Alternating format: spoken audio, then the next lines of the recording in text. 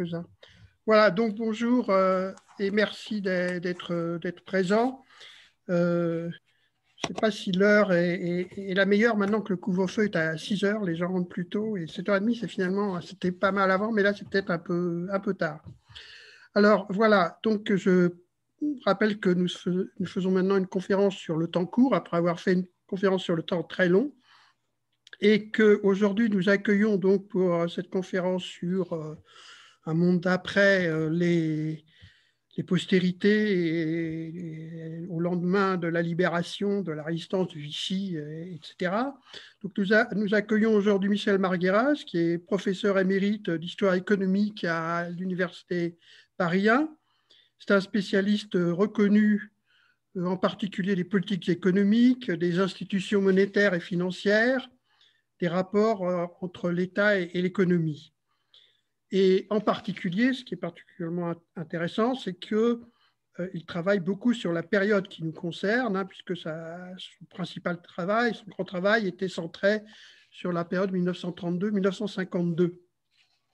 Et plus récemment, il a publié avec Daniel Tartakovsky un travail sur un temps plus long qui s'appelle L'État détérioré de la résistance à la République en marche, qui est paru en 2018 aux éditions du Détour.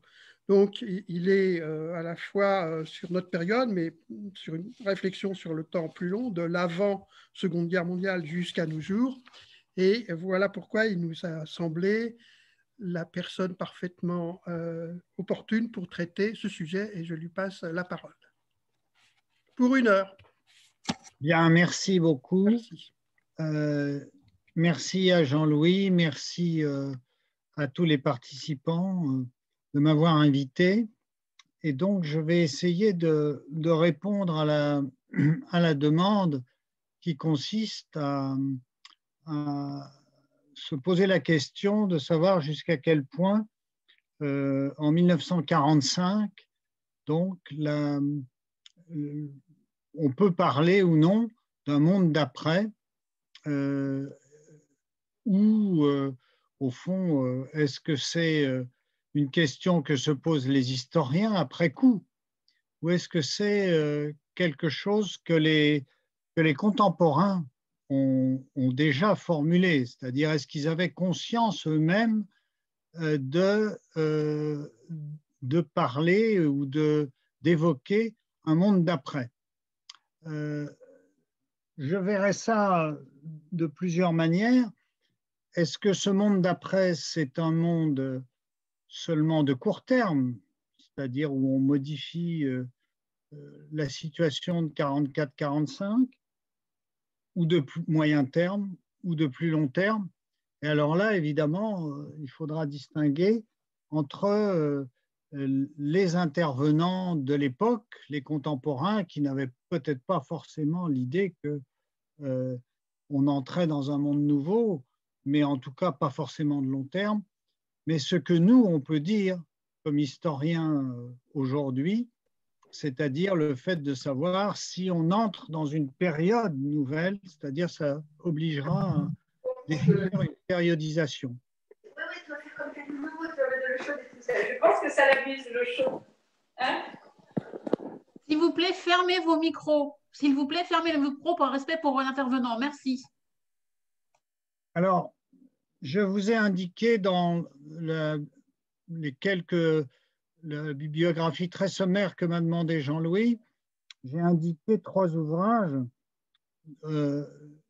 dont les 2 premiers sont des ouvrages qui se posent cette question de la rupture ou pas en 1945. J'ai signalé l'ouvrage d'Eric Hobsbawm, donc je pense que j'ai fait circuler, peut-être ça a été fait circuler, la référence, qui est un de ses derniers ouvrages, puisqu'il est mort il y a quelques années, et qui s'appelle donc L'âge des extrêmes, une histoire du court XXe siècle. C'est-à-dire que ce grand historien britannique évoquait pour le XXe siècle les années 14-17 avec la Révolution d'octobre et la fin de ce court XXe siècle avec la chute de l'URSS. Et dans cette dans cette traversée du XXe siècle, lui, propose effectivement une périodisation. Et 45 est une coupure. 45 sépare en amont ce qu'il appelle la guerre de 31 ans.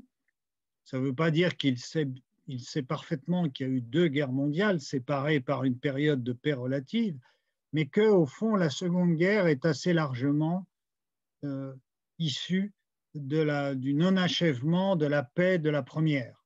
Bon, sans revenir, ce n'est pas tout à fait notre débat aujourd'hui, mais éventuellement, si vous avez des questions, je peux revenir là-dessus. Et donc, 45 ouvre une autre période qu'il appelle l'âge d'or, qui peut être la grande croissance. Je n'aime pas trop les 30 glorieuses parce que c'est un titre d'éditeur qui explique pas grand-chose. Nous disons la période de grande croissance qui va de 45 à 75, au moins pour une grande partie des pays industrialisés. Donc, pour lui, il y a bien une coupure en 45 en termes de relations internationales. J'ai donné aussi comme référence un ouvrage un peu plus récent qui s'appelle La guerre-monde 1937-1947, qui est paru en folio Histoire, en 2 gros volumes, un ouvrage collectif dirigé par Robert Frank et Alia Agrand sur la Seconde Guerre mondiale. Et ils appellent ça la guerre-monde, au sens où pour eux, au double sens, où la guerre est un monde en soi, c'est-à-dire où il y a des logiques particulières qui ne sont pas celles de la paix, et où par ailleurs, la guerre est à l'échelle du monde tout entier. C'est une guerre mondiale au sens plein du terme. Et dans cet ouvrage collectif, j'ai fait un chapitre qui s'appelle « La guerre matrice du welfare state » ou de l'État. J'aime pas trop providence parce que c'est un terme un peu péjoratif, mais la traduction peut-être la plus littérale serait l'état du mieux-être. Donc, en quoi la Seconde Guerre, ma contribution, c'était de dire en quoi la Seconde Guerre mondiale a été, au fond, la matrice de, sinon la généralisation, du moins de l'extension d'un véritable état social, si on veut, d'un état du mieux-être. Et c'est un des éléments de la rupture que je vais essayer d'expliquer ce soir. Alors, j'aborderai ça en 3 temps, ce qui n'étonnera personne parce que c'est un peu une manie d'historien, mais qu'importe, on ne peut pas se corriger. Hein. Et donc, dans un premier temps, je dirais qu'au fond, la question du monde nouveau n'est pas que française. C'est-à-dire que je ne vais pas faire un topo franco-français. Je pense qu'il y a une véritable dimension internationale de ce monde nouveau qui naît en 1945 et que les acteurs contemporains veulent construire comme monde nouveau. Donc, ce n'est pas simplement un artefact d'historien après coup, c'est véritablement les contemporains qui désirent, qui souhaitent et qui se donnent des moyens institutionnels, de légitimation, d'institutions et de politique publique pour construire, créer les bases d'un monde nouveau. Au niveau international, on verra un peu en quoi. Donc la France n'est pas originale de ce point de vue. En revanche, deuxième point, je verrai certaines spécificités. Hein, la France partage avec d'autres pays, et notamment les plus importants de l'époque, États-Unis, Royaume-Uni notamment, cette volonté d'un monde nouveau, mais sous des formes quand même spécifiques, hein, du point de vue institution, du point de vue du compromis social et politique que ça représente, du point de vue même de certaines mesures prises, de certaines institutions, innovations sociales, politiques, économiques, financières, culturelles même, qui sont propres à la France. Hein, donc je verrai ça. Et dans un troisième temps, si j'ai le temps, je verrai en quoi, au fond, ce monde nouveau, en quoi consiste ce monde nouveau du point de vue de ce qu'on pourrait appeler un nouveau compromis sociopolitique qui se met en place en 1945 et dont j'essaierai de dire à quel moment il se délite. Je me permets de revenir un tout petit peu sur ce qu'a dit Jean-Louis. L'ouvrage que j'avais signalé en bibliographie récent qu'on a publié avec Daniel Tartakovsky s'appelle L'État détricoté. Détricoté.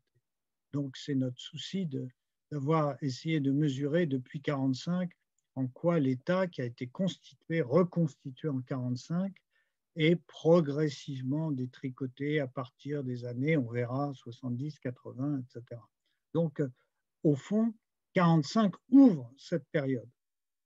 Alors, je reviens donc à mon début. Un monde nouveau du point de vue international. Il est nouveau à deux échelles différentes. D'une part, à l'échelle de certains grands pays qui vont peser lourdement dans le règlement de la paix. Et à la différence de la Première Guerre mondiale, la paix qui est conclue en 1945 et dans les années suivantes est une paix durable, est une paix relativement stable, hein, qui a installé le monde dans une ère de paix relative, qui a repoussé les conflits dans le domaine, on va le voir, colonial ou dans le domaine périphérique, mais où les grandes puissances et les principales puissances européennes, américaines, ont connu une période de paix. Donc, à deux échelles, à l'échelle de grands pays, donc à une échelle nationale de certains pays, notamment les États-Unis et le Royaume-Uni, je vais y revenir, et d'autre part à l'échelle internationale multilatérale. C'est-à-dire que 44-45 a été le moment de création de nouvelles institutions, de nouvelles normes internationales qui rompent et qui veulent rompre avec le monde d'avant. C'est-à-dire que les contemporains sont conscients, sont désireux de couper avec le monde d'avant sur certains points. Alors, deux échelles, donc à l'échelle des pays, j'insisterai surtout sur les États-Unis et le Royaume-Uni. Pourquoi? Parce que ce sont parmi les deux pays les plus développés au moment de 1945, où le niveau de vie est un des plus élevés, les États-Unis très nettement, et le Royaume-Uni assez nettement en Europe. Donc, même si le Royaume-Uni a souffert de la guerre qu'il a menée de bout en bout, de 1939 en 1945, ce qui n'est pas le cas des États-Unis, qui ne la mènent que de 1941 en 1945. En quoi cet exemple est intéressant? Il est intéressant parce que ce sont deux pays capitalistes, industrialisés, développés, qui sont les plus libéraux, c'est-à-dire qui sont les plus attachés au libéralisme économique et financier comme au libéralisme politique. Bon. Or, on voit que dans ces deux pays, il y a, pour des raisons différentes, mais qui sont liées en grande partie à la crise des années 30, puis à la guerre qui commence en Europe en 1939, mais qui a commencé déjà en Asie en 1937. Et on peut même se demander si elle n'a pas commencé en 1936, avec la guerre d'Espagne, avec l'Éthiopie, et où déjà les tensions internationales se sont développées. Et du fait de ces chocs, ces deux pays se sont engagés dans des principes nouveaux. Si on prend les États-Unis, qui n'entrent en guerre qu'en décembre 1941, dès le début de l'année 1941, Roosevelt, qui est réélu pour la deuxième fois, élu pour la troisième fois, donc en 1940, à la fin de 1940, envisage déjà des principes nouveaux nés de la guerre. Attention, ça n'est pas le Roosevelt du New Deal de 1933, 34, 35, qui lui était résolument national, hein, qui a voulu sortir l'Amérique de la crise au prix même d'un sacrifice de la coopération internationale, c'est-à-dire où il vise d'abord les intérêts américains. Donc de ce point de vue-là, il ne rompait pas avec la politique isolationniste des républicains d'avant. America First, ce n'est pas Trump qui l'a inventé, ce sont les républicains des années 20. Or là-dessus, Roosevelt était soucieux de dévaluer le dollar et de torpiller toute coopération internationale en 1933. Mais en 1941, ça change. C'est-à-dire en voyant l'engagement des Britanniques qu'il va soutenir, il va peu à peu acclimater l'idée auprès des Américains d'une intervention. Bon, le bombardement de Pearl Harbor va lui faciliter la tâche pour faire entrer les États-Unis dans la guerre, donc en décembre 1941.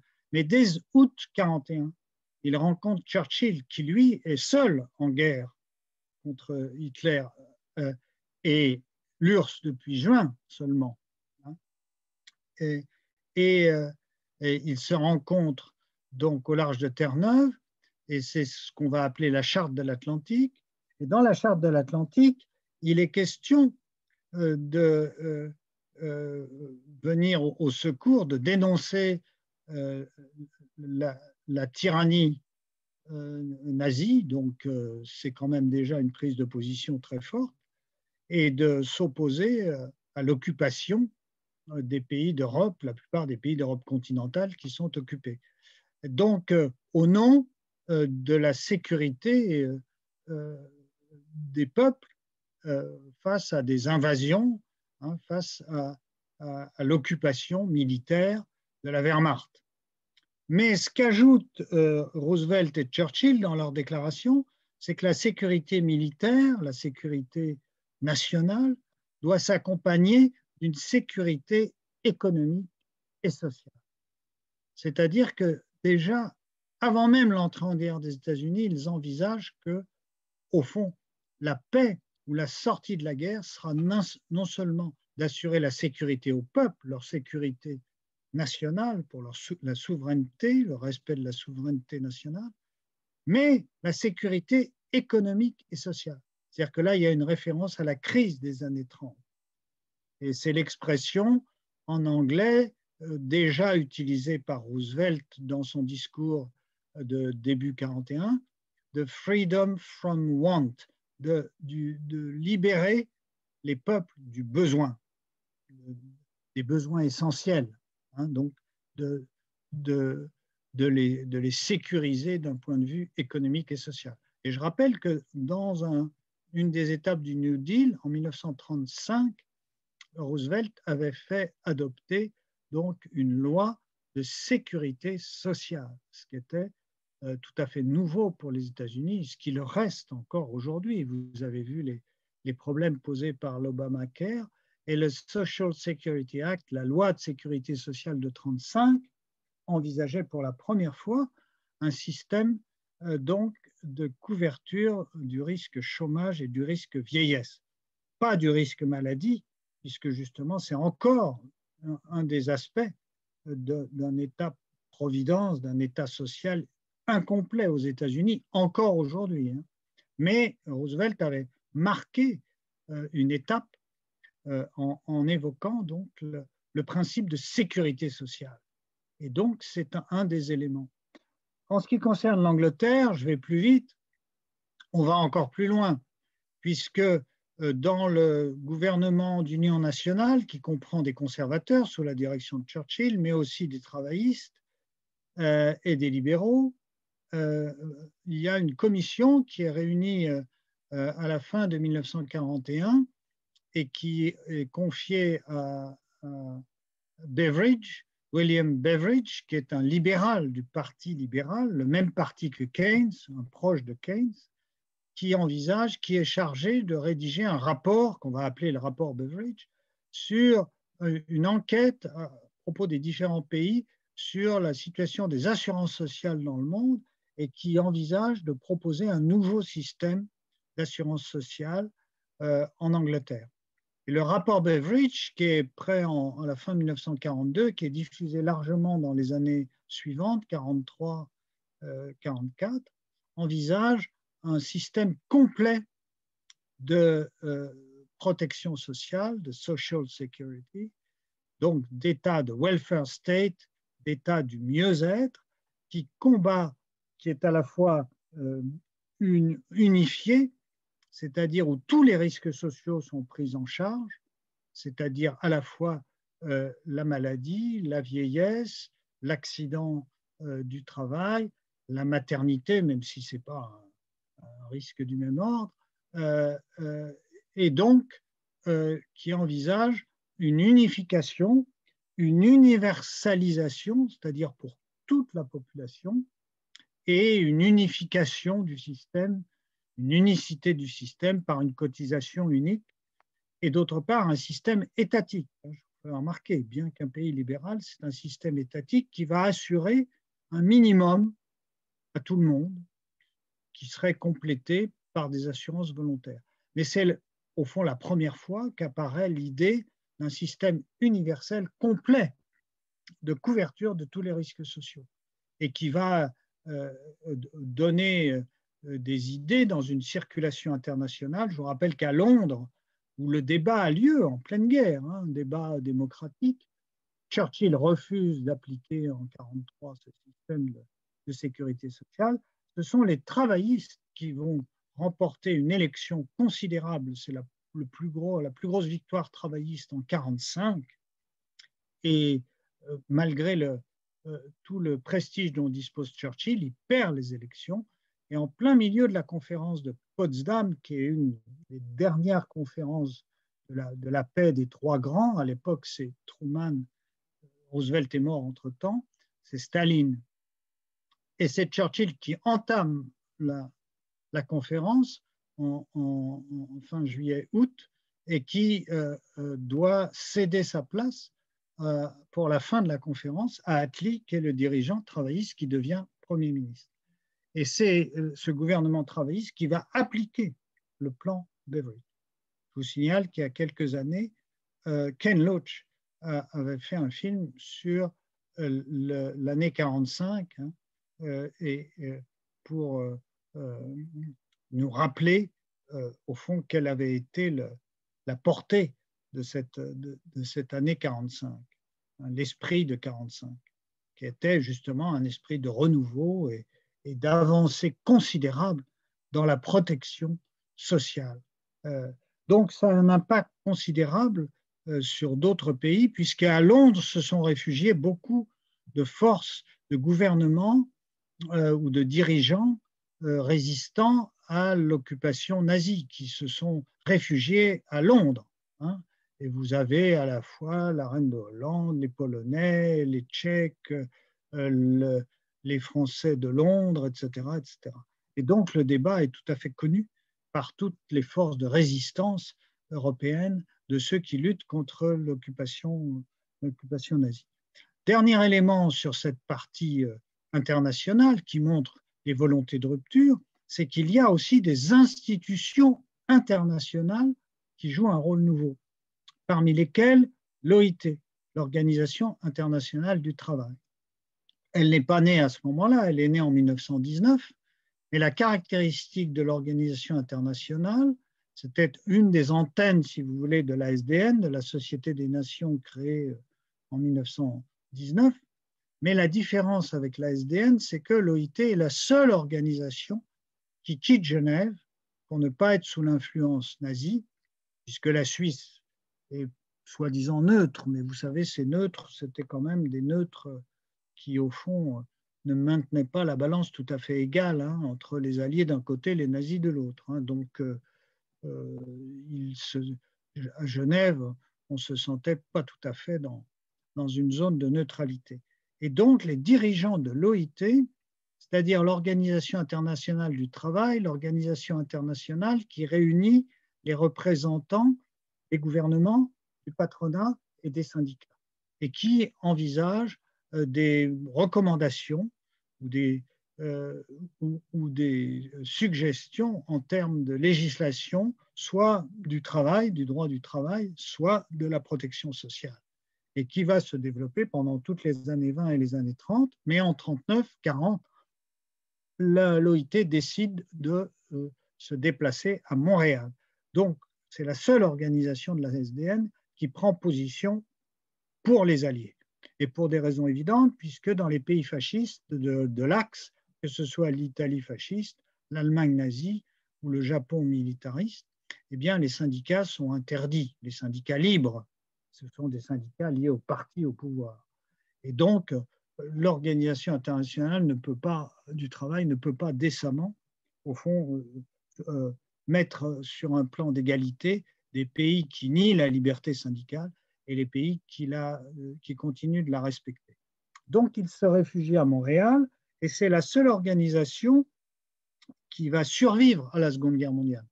Puisque la SDN est relativement disqualifiée, tous les organismes de la SDN disparaissent, vous savez, au profit d'une nouvelle organisation qui va être l'ONU, mais l'OIT subsiste et donc va se retrouver en quelque sorte dans le système nouveau de l'ONU.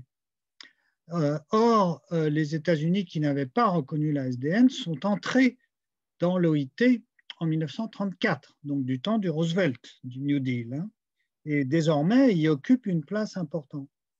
Or, l'OIT a interprété la guerre comme étant un élément nouveau permettant d'envisager une extension des droits sociaux et notamment du droit à la protection sociale. Et cela trouve, sans entrer dans le détail, cela trouve son couronnement lors d'une conférence qui est peu connue. On connaît bien Bretton Woods pour reconstituer un monde nouveau, là aussi, d'une certaine stabilité monétaire. Je vais y revenir dans quelques instants. On connaît la conférence de San Francisco pour la création de l'ONU. Toutes ces conférences, entre parenthèses, se déroulent aux États-Unis, hein, ce qui montre le nouveau rôle international des États-Unis. Mais il y a une autre conférence qui se déroule aussi aux États-Unis, qui est la Conférence internationale du travail, conférence annuelle de l'OIT, où tous les pays appartenant à l'OIT débattent des questions du travail et de la protection sociale, qui a lieu à Philadelphie entre avril et mai et début juin de 1944. Donc, préalablement, avant même le débarquement, hein, de création du second front par rapport au front russe, qui était une des exigences des Alliés, et notamment des Soviétiques, hein, pour battre définitivement l'Allemagne nazie. Or, dans cette conférence de Philadelphie, l'article 1er de la résolution, c'est « Le travail n'est pas une marchandise ». Je vous signale quand même cette déclaration qui a été quand même importante, qui a été commentée d'ailleurs récemment par Alain Suppiot, qui fait un livre sur cette conférence de Philadelphie. Mais au-delà de ce premier article, il y a un autre article, je ne me souviens plus le numéro, mais on peut le retrouver, je le dis dans le chapitre là sur le folio, qui envisage le fait que la sécurité sociale devienne un principe universel. C'est-à-dire, il y a la défense explicite du principe de sécurité sociale comme devant être la prise en charge donc, des risques sociaux par donc, les différents gouvernements. Alors l'OIT n'a pas un rôle délibératif, mais il a un rôle consultatif. Il incite les pays à ratifier et dans leur législation nationale, à reprendre les principes définis dans ces recommandations. Et donc, c'est une recommandation universelle, évidemment qui tient compte du plan Beveridge, puisqu'il y a eu un contact très important entre Beveridge et les dirigeants de l'OIT, où il y a des Britanniques, d'ailleurs, à l'intérieur de l'organisation. Et il y a les représentants aussi du Comité français de la libération nationale, le CFLN, c'est-à-dire l'embryon de gouvernement issu de la résistance extérieure qui siège à Alger hein, depuis 1942, depuis la libération du territoire par les Anglo-Américains.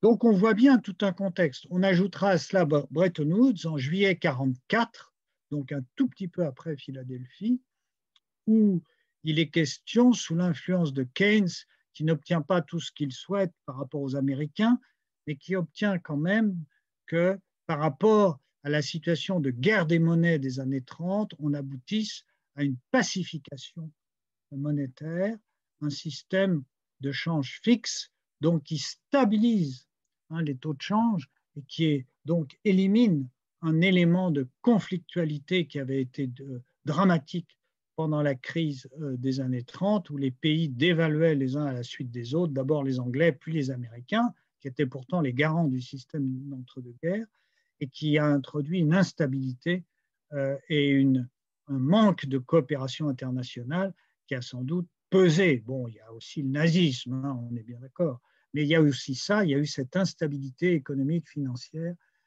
qui a contribué à aggraver les tensions internationales qui ont débouché sur la Seconde Guerre mondiale. Donc on voit bien le souci de stabiliser, de trouver une forme nouvelle de coopération internationale. Et notamment, c'est assez d'actualité, de multilatéralisme. C'est-à-dire, c'est véritablement le moment où l'administration Roosevelt, puis l'administration Truman renouent avec ce qui avait été très éphémère, ce qui était le cas chez Wilson en 1917, 1918, 1919, et qui avait disparu après au profit de l'America First, c'est-à-dire d'une politique étroitement nationale, ça vous rappelle quelque chose, et qui va au fond dominer presque sur tout l'entre-deux-guerres la politique américaine. Et là, c'est une nouvelle étape. Alors, ça ne veut pas dire que les États-Unis renoncent à leur hégémonie, au contraire, mais qu'ils font passer leur hégémonie par un autre moyen, qui est des organismes multilatéraux, notamment l'ONU aussi, qui est une nouvelle organisation internationale. Je vous rappelle qu'il y a notamment 5 membres permanents du Conseil de sécurité qui doivent arbitrer les conflits mondiaux, parmi lesquels les États-Unis, le Royaume-Uni, l'Union soviétique, mais aussi la France et la Chine. La France qui est comptée au rang des vainqueurs, même si ça peut paraître étrange, et un rétablissement un peu inespéré après la défaite sanglante de 40. Voilà un peu donc l'état et les éléments de rupture dans le champ international. Alors la France s'inscrit là-dedans avec à la fois des éléments communs et des éléments plus spécifiques. Donc j'entre dans mon deuxième temps. Qu'est-ce qui est plus spécifique à la France?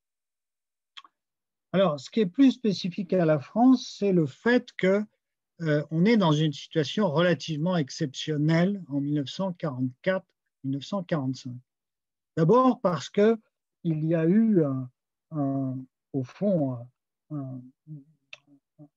un double effondrement de la France en 1940, double effondrement au sens où il y a la défaite militaire en juin 1940, mais où il y a aussi en juillet 1940 la création d'un nouveau régime, qui est le régime de Vichy, où les pleins pouvoirs sont accordés à Pétain, et donc on a à la fois le pouvoir législatif, exécutif, mais aussi législatif. Donc il faut faire attention, même quand les historiens aujourd'hui disent une loi de Vichy, une loi où moi je veux bien, mais enfin on a longtemps dit la dite loi ou la loi entre guillemets ou le prétendu loi. Pourquoi? Parce que la loi, il suffisait qu'un texte passe en Conseil des ministres, signé par le maréchal et quelques ministres, et c'était la loi. Il n'y a plus de parlement, il n'y a plus d'élection, il n'y a plus de liberté politique. Il y a une double dictature, celle du régime de Vichy, il n'y a plus de république, puisqu'il n'y a plus de liberté, ni d'organisation, ni d'expression, ni d'élection. Et d'autre part, il y a une dictature allemande, puisque tous les actes de Vichy, y compris les dites lois, les textes signés par Pétain, sont passés sous contrôle allemand. Et je signale que même en zone sud, tous les textes qui concernent la zone sud sont passés sous contrôle allemand.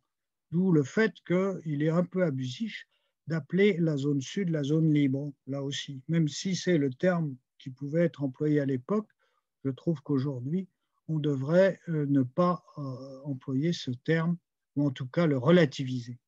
Bien, donc c'est un choc, c'est un double choc, c'est une double rupture par rapport aux principes républicains nés dans les années 1880.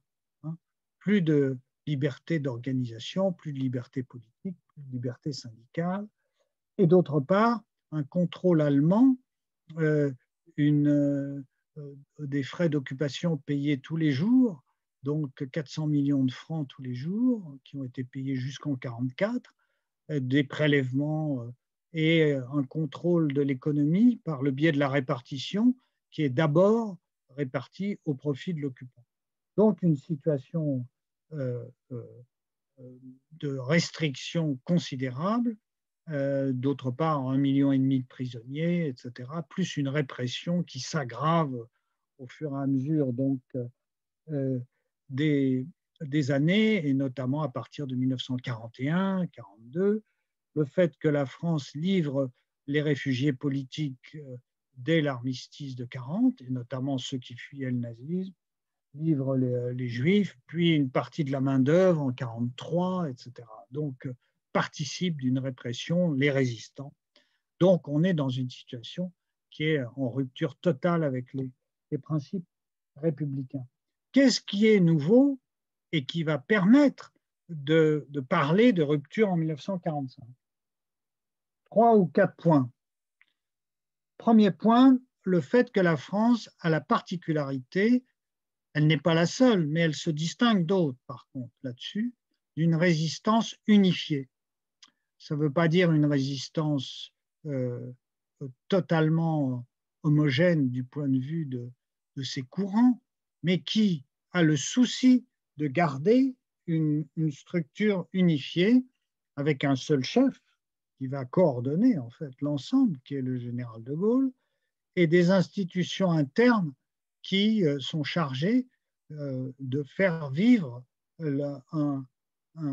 des positions négociées, mais reflétant la totalité de la résistance. Et vous savez que, alors c'est très différent par exemple de la situation grecque ou de la situation polonaise ou de la situation yougoslave, où il y a une véritable guerre civile, soit pendant, soit après la guerre, entre les composantes de la résistance.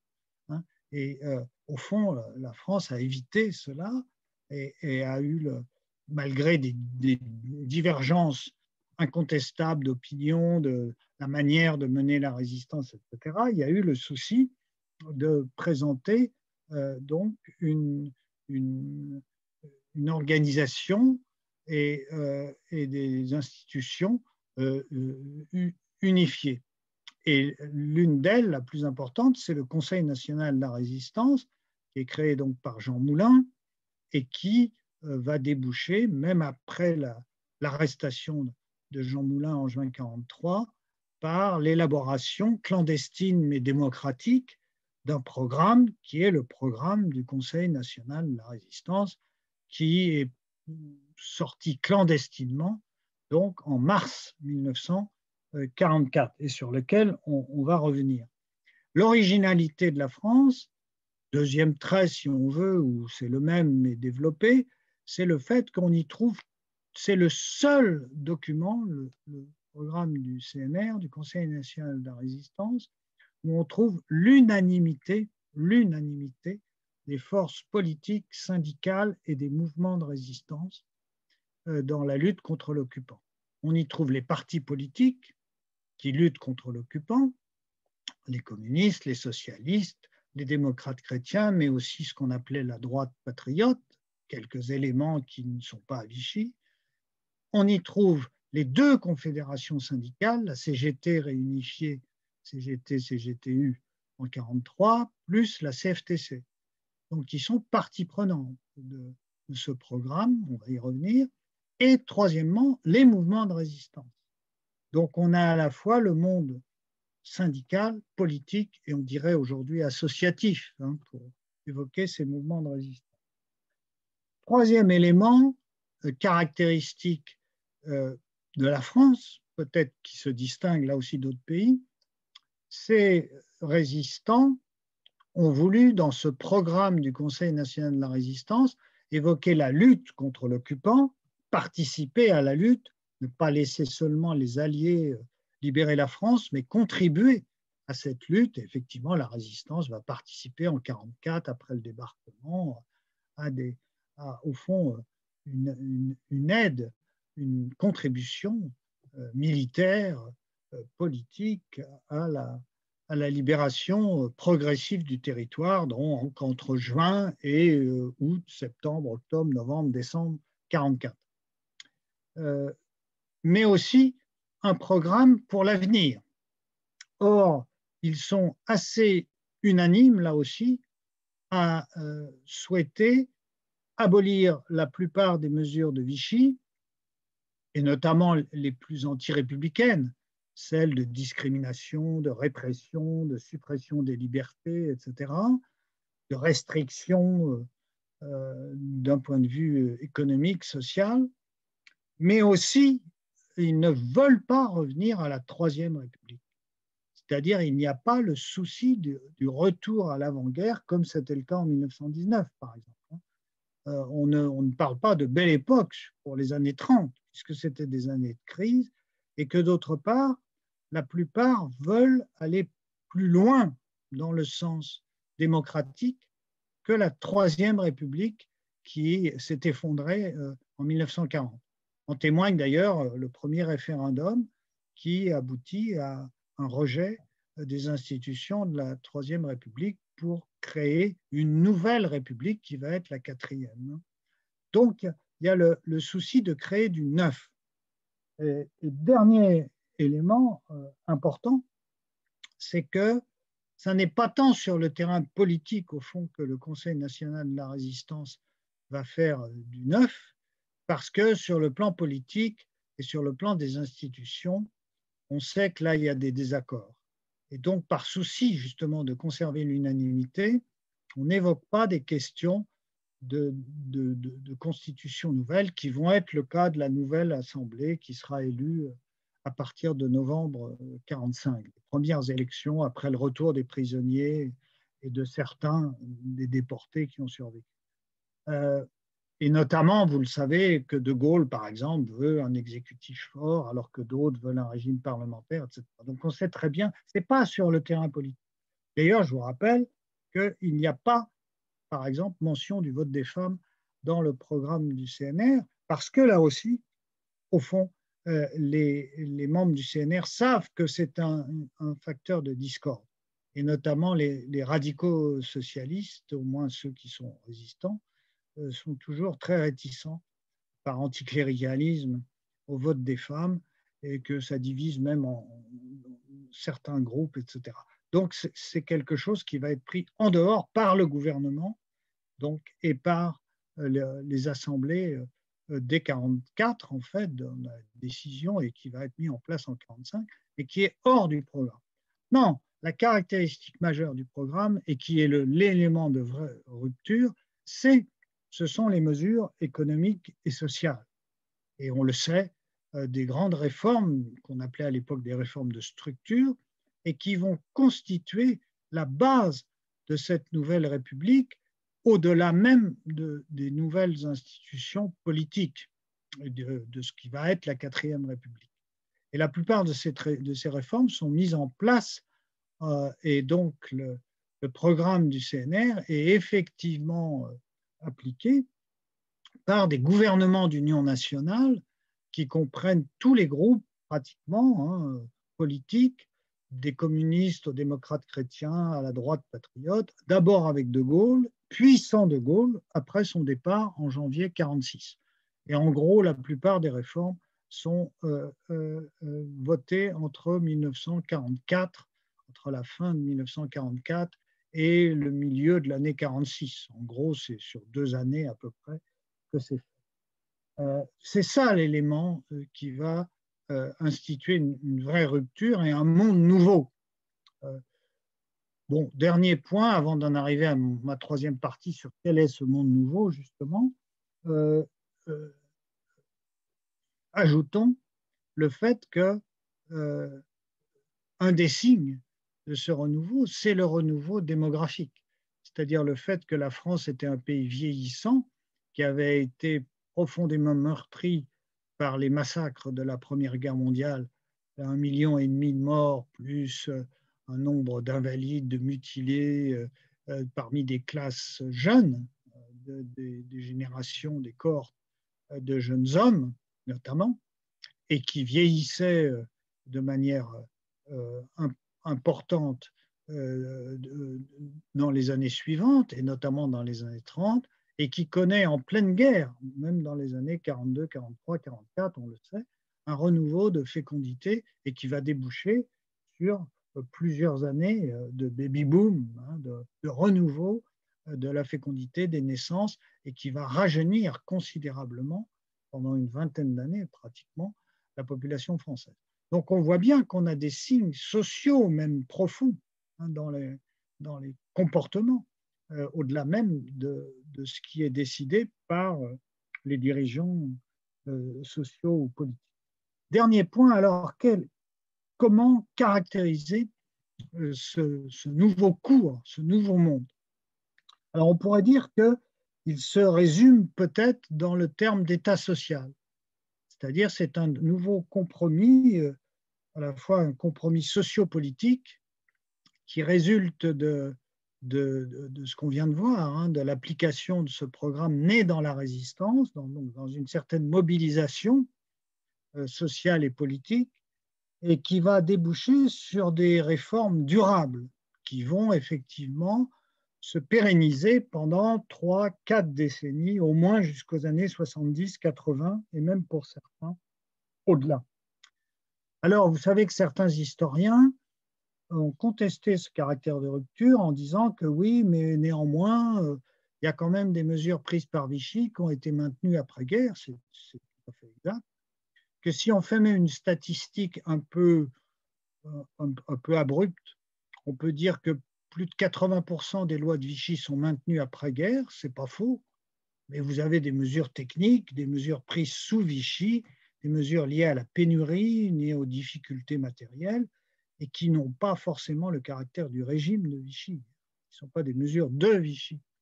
La plupart des mesures discriminatoires, répressives, de limitation ou de suppression des libertés ont été abolies, dès même l'arrivée du gouvernement provisoire de la République en septembre 1944.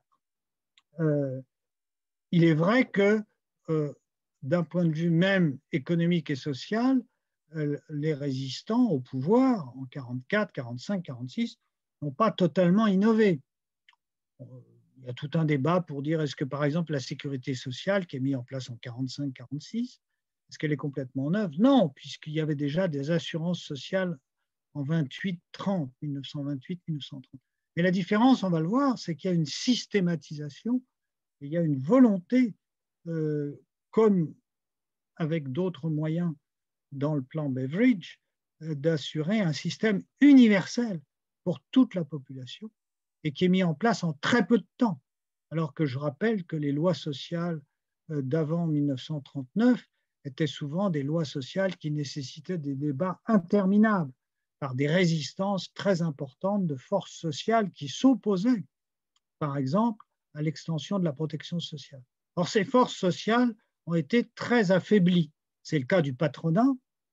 Je rappelle que jusqu'en 1946, le patronat n'a pas d'organisation confédérale, d'organisation qui chapeaute l'ensemble des fédérations, des chambres syndicales, régionales ou de branches.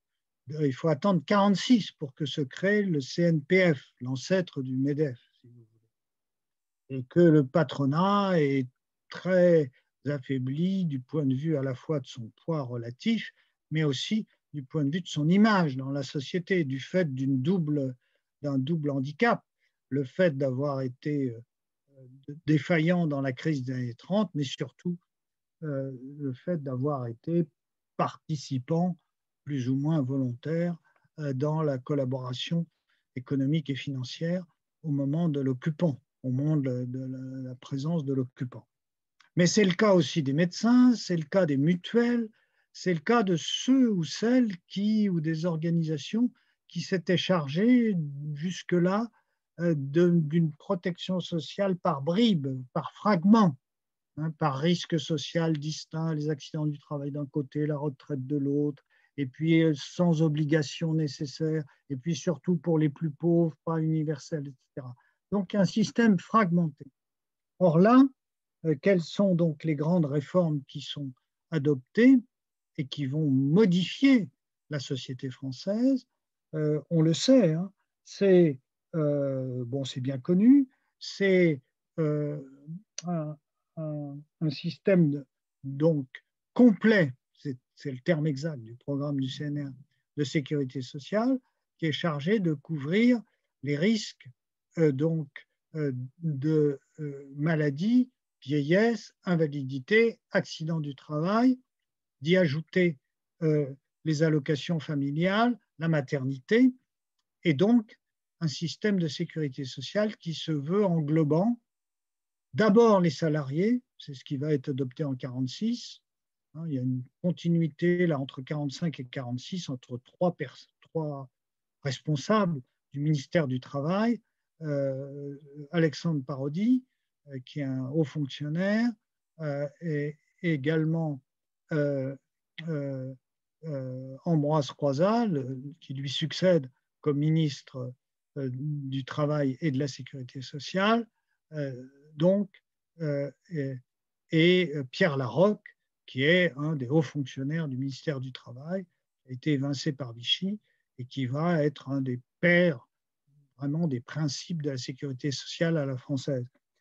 Je n'ai pas trop le temps de développer tous les points concernant cette grande réforme qui se distingue du plan qui participe du mouvement de Beveridge, au sens où ça se veut universel, toute la population, dans un premier temps les salariés. Pourquoi? Parce que les autres, les indépendants, les professions libérales, les agriculteurs vont dans un premier temps s'y refuser et puis vont s'y intégrer, mais dans les années suivantes.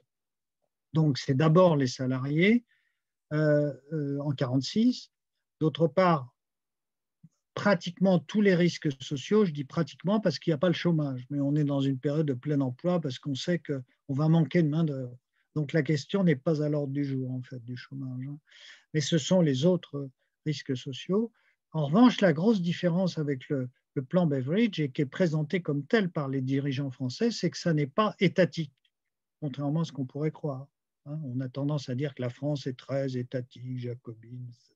Et puis les Angleterres sont libéraux. Là, en l'occurrence, ce n'est pas le cas, puisque les Anglais, jusqu'à aujourd'hui compris, on parle aujourd'hui du NHS, dans National Health Service, c'est-à-dire le service national, le service public de la santé. Mais en France, la sécurité sociale est gérée par des caisses. Alors c'est sûr que l'État, le gouvernement et la loi donnent l'essentiel des orientations du point de vue à la fois des prestations et des cotisations, mais le système anglais est par l'impôt, donc c'est véritablement une administration nouvelle, tandis que le système français est par cotisation, vous le savez, des salariés et des patrons, et des patrons uniques pour les accidents du travail ou pour les allocations familiales. Donc c'est une contribution des partenaires et notamment des usagers, des bénéficiaires, qui gèrent par ailleurs les caisses.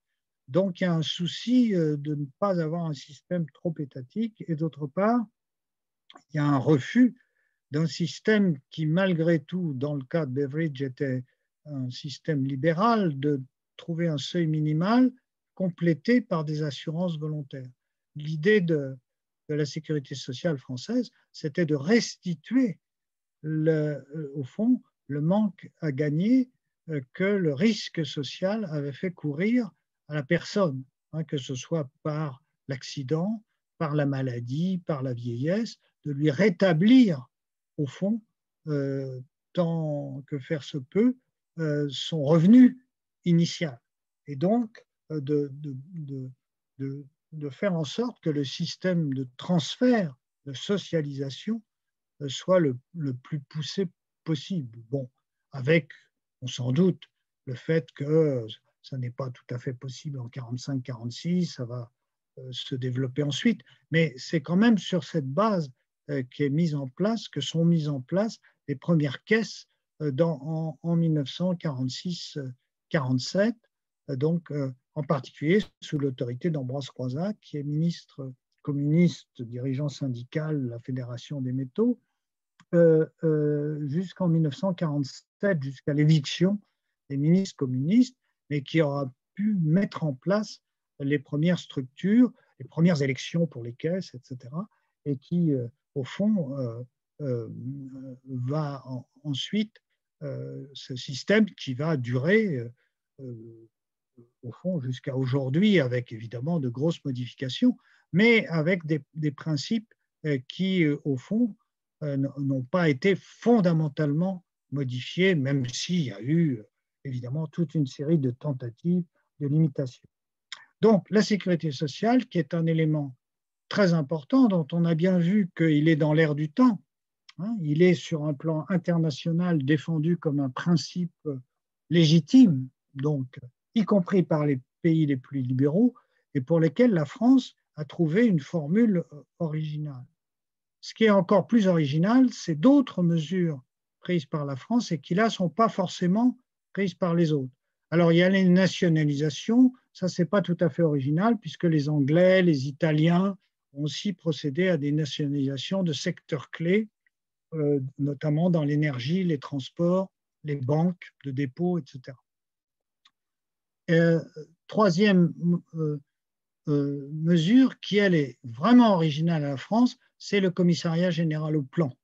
C'est-à-dire l'idée qu'il va falloir réguler cette reconstruction, éviter de disperser les forces, trouver un compromis avec une nouvelle forme de démocratie, puisque au fond, les objectifs du plan, c'est-à-dire de relever la France au niveau d'avant-guerre, plus 25% en 1950, hein, le niveau le plus élevé d'avant-guerre, plus 25%, avec des secteurs de base qu'il faut privilégier, donc pour éviter de disperser les fonds, notamment les fonds publics, dans tous les secteurs.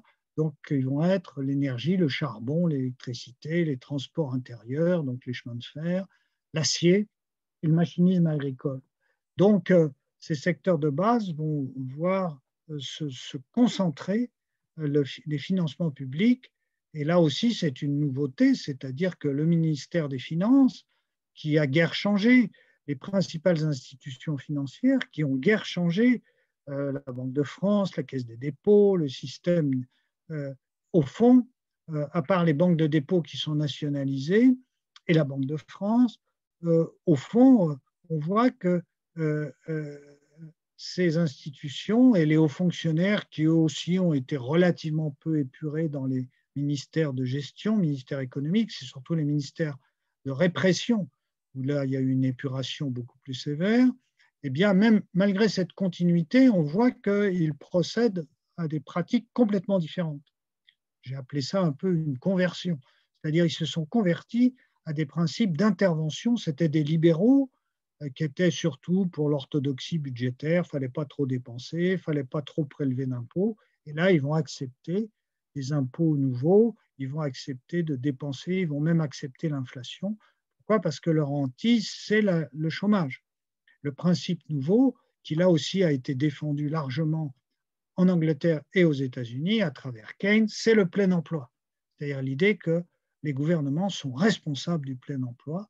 Et ça, au fond, même cette administration peut changer en France, va accepter cette idée-là au prix d'une certaine inflation qui est incontestable, l'affaiblissement de la monnaie, et au prix de déficits relativement importants qui ne sont pas forcément comblés par l'aide américaine, même si l'aide américaine, à partir dès 1945 d'ailleurs, 1946, avant même le plan Marshall, va permettre quand même de colmater des brèches et d'éviter des déficits trop grands.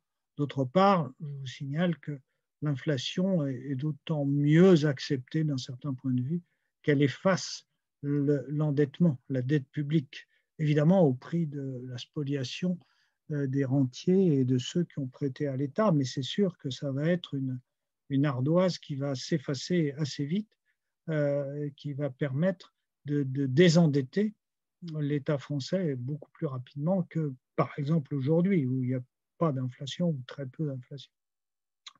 Donc, on voit bien ces éléments nouveaux, même si les administrations et les personnels n'ont pas forcément été très renouvelés eux-mêmes, hein. Bon, il y a quelques résistants, mais c'est vrai qu'on voit que dans les administrations de gestion économique, financière, au fond, beaucoup se sont succédés à eux-mêmes, mais avec de nouvelles pratiques, et notamment cette pratique d'un financement actif, hein, du relèvement économique et aussi de la protection sociale. Et un de ces renouveaux de la démocratie sociale, c'est notamment le plan, puisque le plan repose sur des commissions de modernisation où sont représentés des représentants de l'État, des représentants des syndicats, et notamment de la CGT, et des représentants du patronat, et qui vont définir en commun des objectifs communs, et là aussi vont être assez d'accord sur ces secteurs de base dont j'ai parlé, dans la mesure où ils considèrent que c'est la base de l'économie. Évidemment, ils profitent d'une double situation favorable. D'une part, le fait que la France rattrape ce qu'elle a perdu depuis 1930, c'est-à-dire qu'au fond, il n'y a pas tellement de nouveaux secteurs, hein, ce sont des secteurs connus. On sait qu'il va falloir se développer comme les États-Unis l'ont fait 10 ans ou 15 ans auparavant. Donc, d'un certain point de vue, l'avenir est connu, à la différence d'aujourd'hui. C'est-à-dire qu'on sait qu'il faut investir dans l'électricité, l'électrification des chemins de fer, les aciers modernes, hein, notamment les grands laminoirs, qui vont servir à fabriquer toutes les constructions mécaniques, la chimie de synthèse, donc, et les constructions mécaniques modernes que vont être l'automobile et l'aéronautique. Donc, on a bien les secteurs clés qui sont les facteurs de croissance à venir, hein. Donc, ça, c'est un élément, et c'est le fait de rattraper simplement le ralentissement qui existe depuis 15 ans, depuis les années 30 de la crise et la guerre. Donc, on rattrape en quelques années, au fond, ce ralentissement, et c'est bien un gigantesque rattrapage qui explique cette forte croissance, qui va être exceptionnelle, hein, puisque je rappelle que pendant 20 ans, la France, plutôt 20 que 30, hein, mais disons 20 ou 25, connaît des taux de croissance de l'ordre de 5 à 6% par an. Donc, vous voyez par rapport à aujourd'hui ce que ça veut dire. Donc, c'est une situation tout à fait exceptionnelle et favorable, donc qui permet d'envisager cette rupture. Et le deuxième facteur, c'est que l'économie est relativement fermée, c'est-à-dire que depuis les années 30, il y a un protectionnisme important, et même si les Américains ont réclamé qu'il y ait une réouverture des marchés, eh bien, elle se fait très lentement pendant les années 50, c'est-à-dire que les Français vont réclamer des délais, hein, au fond, de rétablissement des grands équilibres et de leur économie avant d'envisager une ouverture. Et donc, le plan va servir à ça et sert à redynamiser en fait la démocratie. D'ailleurs, les résistants souhaitaient ce qu'ils appelaient une démocratie, une véritable, une république véritablement démocratique, sociale, économique et sociale, c'est-à-dire rajouter par rapport à la Troisième République des droits économiques et sociaux, hein, qui étaient insuffisants, jugés insuffisants, et c'est en ce sens qu'il y a une rupture. Dernier point que je voudrais signaler, et je m'arrêterai là, c'est le fait que dans cette nouvelle société française, le rôle important des syndicats, qui est tout à fait différent par rapport à aujourd'hui, hein. D'une part, la puissance syndicale, le fait que la CGT réunifiée représente à peu près, bon, là-dessus Jean-Louis aurait des choses à dire, mais suivant les décomptes possibles, on est entre 3 ou 4 millions d'adhérents, hein, même si c'est un peu gonflé, et si on prend le chiffre le plus bas, c'est quand même très considérable, même par rapport à aujourd'hui, avec une population active beaucoup plus faible qu'aujourd'hui, une population globale plus faible. Donc une forte syndicalisation et une relativement forte unité syndicale, hein, une grosse confédération, la CGT, qui regroupe à la fois des ouvriers, des employés, des enseignants, des fonctionnaires, hein, qui regroupe ce qui va être ensuite avec la scission de 47 FO et la CGT maintenue, donc qui représente une grosse confédération, et d'autre part une CFTC plus plus petites, et qui toutes les deux ont été des composantes de la résistance. Mais ces syndicats jouent un rôle social, incontestablement, mais politique, institutionnel. C'est-à-dire qu'on les retrouve dans les commissions de modernisation, on les retrouve dans les directions des entreprises nationalisées, donc à la fois EDF, GDF, les Charbonnages de France, Air France et même Renault, puisque c'est une entreprise qui a été nationalisée pour fait de collaboration. On les retrouve également dans les comités d'entreprise, autre innovation sur base syndicale née du programme de la résistance. On les retrouve aussi dans la réanimation par rapport à 1936 de ce qui était une innovation de 1936, qui étaient les conventions collectives, c'est-à-dire l'idée de réguler notamment les salaires, les qualifications, les conditions de travail par des négociations entre les représentants syndicaux et les représentants patronaux. Et plus largement, les syndicats sont censés représenter l'ensemble, par exemple, des bénéficiaires de la sécurité sociale. Il ne fait aucun doute à l'époque que les représentants des bénéficiaires, des usagers de la sécurité sociale, ce sera les syndicats. Ce qui explique que les caisses sont gérées par des syndicats à partir d'élections donc, ou de désignations par les syndicats. Et donc, ça montre le caractère central à l'époque de cette force à la fois sociale, politique, mais même culturelle à l'époque que pouvait représenter. Et de ce point de vue-là, c'est une rupture majeure par rapport à Vichy, bien évidemment, qui avait voulu établir un syndicat unique, obligatoire, etc., donc sur le mode corporatiste des fascistes.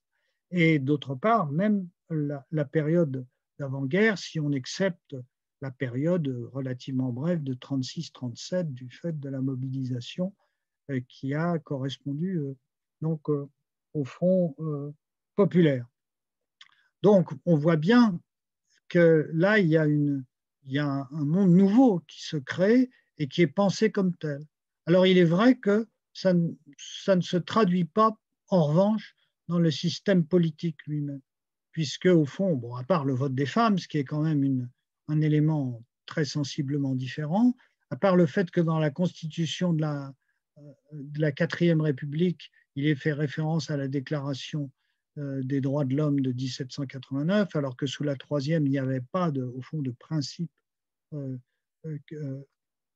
premier aux articles constitutionnels de 1875. Eh bien, en fait, le régime parlementaire mis en place par la 4e République s'écarte assez peu du régime de la 3e. Mais c'est plutôt dans ce compromis social, économique et politique qu'on voit des éléments nouveaux. Et si on regarde, au fond, la postérité de ces innovations de 1944, 45, 46, on s'aperçoit que, certes, le plan est en désuétude à partir des années 70 et même 80, même par-delà l'alternance de 81, qui ne ressuscite pas le plan, en fait, contrairement aux apparences. Les nationalisations ne résistent pas tellement à 1986 aux privatisations, mais enfin, elles ont duré quand même 40 ans, et elles ont été même en partie augmentées en 82, même s'il y a un repli considérable à partir de 86-90. Il reste encore quelques éléments de ces nationalisations, néanmoins. Et d'autre part, on voit combien la sécurité sociale, elle, ou les comités d'entreprise, qui sont les réformes qui touchent au plus profond de la société, ont subsisté, évidemment dans des formes différentes, évidemment avec des amputations ou des transformations selon les moments, mais dont le noyau essentiel n'a pas été véritablement mis totalement en cause. Alors, il est possible que sans la Covid, les réformes en cours depuis 2017 envisageaient, c'était d'ailleurs le programme explicite du président actuel, mais c'était déjà le programme explicite non pas de son prédécesseur, mais de celui d'avant, Nicolas Sarkozy, qui était de détruire, de détricoter ce programme de 45, qui était d'ailleurs un mot d'ordre du MEDEF lors de sa création en 1998 par Denis Kessler, hein, qui disait il faut détricoter, il ne disait pas détricoter, mais il disait il faut défaire systématiquement ce qui existe depuis 45. Donc c'était bien un objectif qui a été pour partie atteint dans certains aspects, mais dont toute une partie demeure encore, même maintenant. Donc, de ce point de vue-là, on peut dire que le monde nouveau, créé en 1945, laisse des traces durables, inégales, mais dont certaines vont subsister jusqu'à nous. Voilà, je vous remercie. Voilà. Merci. Merci beaucoup pour votre intervention. Et donc maintenant, on laisse la place au débat à travers le chat, conversation, discussion, selon comment ça se présente dans vos ordinateurs. Donc voilà. Comme on dit, c'est toujours la première question la plus difficile à poser. Qui va se lancer? Commençons par la deuxième.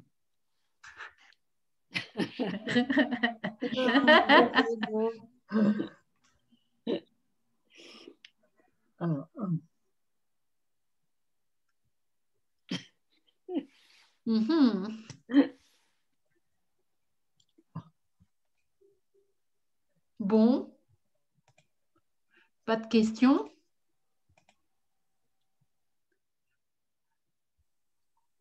Qui se lance?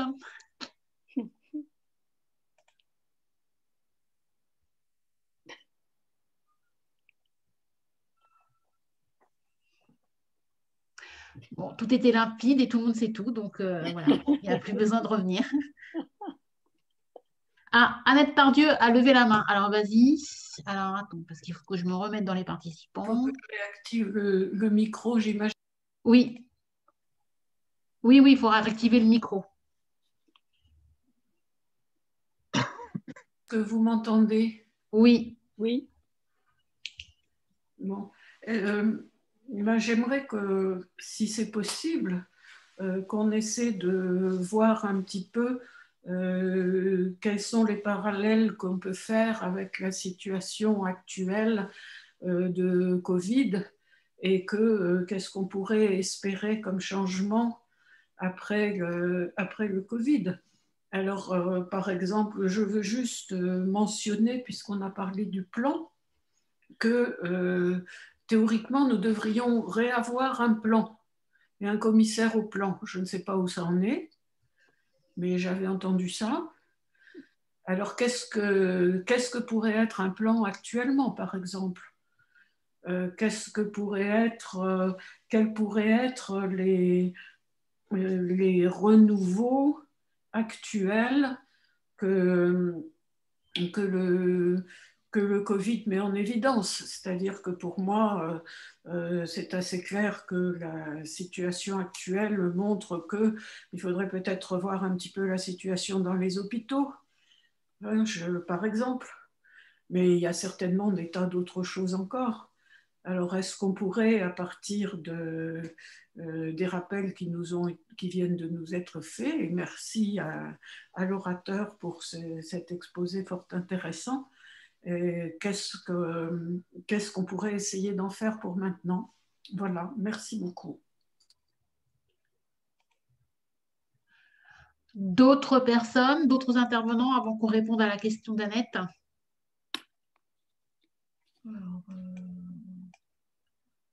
Aucune main se lève. Aucune. Bon. Bah, écoutez, pour l'instant, il n'y a pas d'autres demandes, donc je vous propose de répondre et puis les questions viendront au fur et à mesure. En fait, dans la messagerie, il y en a une un petit peu pareille. Oui, mais c'est à peu près la même question posée à l'oral. Donc, c'est vrai que, voilà. Bon, alors, moi, je m'en tiens au cahier des charges qui m'a été fixé par Muriel et par Jean-Louis, hein, c'est-à-dire que, étant historien, je ne vais pas trop m'aventurer sur ce qu'il faudrait faire. Hein. Ce n'est plus tellement mon travail. Hein. Donc, qu'est-ce que je peux dire? J'ai quand même fait un article récemment qui va sortir, je crois, dans l'économie politique d'Alter Echo sur cette question du commissariat au plan, donc je vais quand même vous répondre. Mais je pense qu'on est dans une situation à la fois, évidemment, complètement différente, qui a été modifiée sous 2 points essentiels, qui changent quand même pas mal de données. Alors, pas toutes les données, je vais essayer de faire le tri un peu entre les deux. Qu'est-ce qui est complètement différent par rapport à notre situation de 1945? J'en ai déjà évoqué, je les ai évoqués, les 2 points essentiels. En 1945, on a une économie relativement fermée. Donc, on sait qu'au fond, on a un marché national qui est prépondérant et qu'au fond, les décisions qui sont prises à Paris vont s'appliquer sans perturbation majeure sur le territoire national. Donc, il y a à la fois un contrôle des mouvements de capitaux, un contrôle des importations. Ça résulte non seulement de Vichy, mais ça résulte de 1939, hein, de la fin de la guerre sous la Troisième République. Or, nous, non, on est dans une situation de mondialisation à la fois des capitaux, des marchandises, des hommes, des rémunérations, des qualifications, etc. Une compétition même entre les ressources, les qualifications, etc. Donc, c'est une situation qui est quand même très, très différente. Hein. Bon. La deuxième modification, c'est qu'on est dans une autre économie qui s'est développée dans les années 1990-2000 autour de nouveaux produits, de nouveaux marchés, de nouveaux secteurs, pas simplement digital, hein, pas simplement technique d'information et de communication, mais dans beaucoup de domaines. Vous le voyez bien, hein, c'est pas simplement, bon, il est clair que la digitalisation, l'informatisation des processus à la fois de production, de services, de transport, etc., modifié énormément de choses, a disqualifié toute une série de métiers, etc. Et que d'autre part, à la différence de la différence fondamentale que j'ai essayé d'évoquer, c'est qu'en 1945, on sait quel sera l'avenir, parce que les États-Unis l'ont montré 15 ans auparavant. Et on sait qu'il faut faire comme le pays dominant sur le plan technologique, économique que sont les États-Unis dès la fin des années 20, au début des années 30, et qu'il faut développer en France des technologies de ces années-là qui ont été éprouvées même par les Américains précédemment. Donc, on va gagner du temps et où on va gagner de la productivité parce qu'on va remplacer des systèmes des années 1910 ou 1920 par des systèmes des années 50 et puis des années 60. Donc, on a bien un monde qui se modernise, qui va connaître un essor considérable, une période de croissance très importante, inégalée avant et après, mais sur des bases qui étaient relativement connues. Nous, on est dans une situation où on ne sait pas tout à fait quels seront les nouveaux procédés, les nouveaux produits, les nouveaux marchés qui vont être durables et ceux qui ne le seront pas, ou moins. Hein, c'est-à-dire qu'on a du mal, du point de vue énergétique, etc. Qu'est-ce qui va l'emporter véritablement, à quel horizon, etc. Donc, on est dans une situation de prospective plus complexe.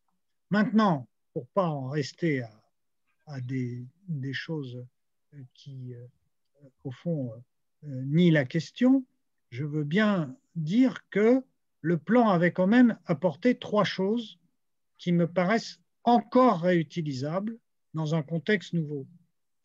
Première chose, c'était soucier de voir quand même à long terme, ou en tout cas à moyen terme, c'est-à-dire l'idée qu'en 1945, même alors la France n'est pas complètement détruite, il ne faut pas exagérer, hein. La France est affaiblie, elle a subi 15 années de ralentissement, de vieillissement, il y a eu des prélèvements allemands, il y a eu des destructions, mais qui ne sont pas aussi considérables qu'en Europe de l'Est, hein. Il y a quand même pas mal d'installations qui sont intactes, mais vieillies. Bon. Qu'est-ce que prévoient les résistants de 1945? C'est quand même la situation en 1950. Donc, ils ne s'attardent pas, si vous voulez, sur des questions seulement du moment. Ils envisagent vraiment, hein, l'idée qu'il faut non seulement rétablir le niveau de production des années 30, mais il faut ajouter un quart en plus. Bon, donc et ils se mettent d'accord entre eux. Bon. Ça, c'est le premier point, c'est-à-dire que je pense qu'il faudrait envisager une perspective au moins à moyen terme. Et dans cette perspective à moyen terme, on voit bien que ce qui a été évoqué par la personne qui a posé la question, hein, c'est que c'est évidemment une croissance sans doute beaucoup plus durable, beaucoup plus économe en matière notamment de ressources fossiles, de ressources destructrices de l'environnement et de la diversité et des équilibres